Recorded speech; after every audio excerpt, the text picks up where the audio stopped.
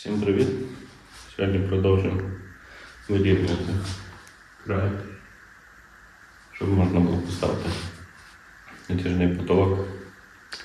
Вже відмітив собі лазер. Зараз буду сверлити ставити дюбеля і потім встановлю маяки до штукатурки.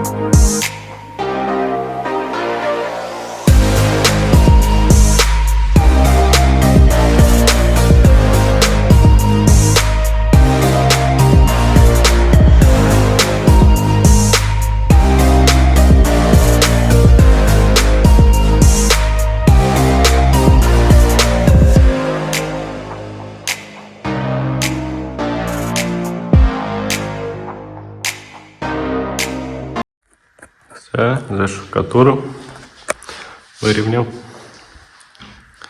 площину як зміг. Не знаю наскільки добре. Це вже буде, дивіться, потолочник. З цього боку так само протягнув. Ну тут ще буде шпаклюватися, ясна річ. Але це вже потім. Ну, в мене на цьому на сьогодні все. Підписуйтесь на канал, ставте вподобайки і не забувайте писати коментарі до наступних відео.